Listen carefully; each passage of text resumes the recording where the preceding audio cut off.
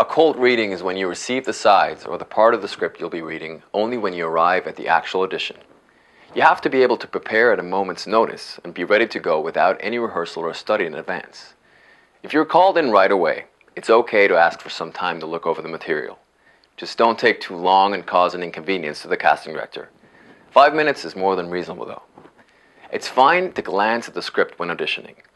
A mistake actors often make is letting their performance suffer while they search for lines because they're afraid to look down at the script.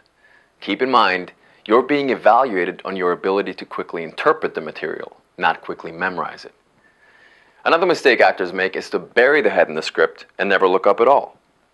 The trick is to find the right balance. Run your thumb along your dialogue to keep track of where you are.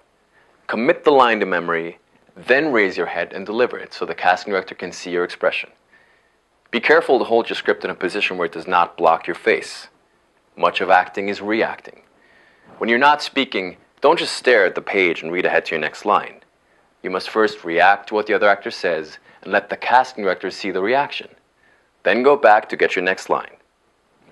By mastering this perfect balance, you'll actually look forward to cold readings and give yourself a competitive edge at auditions.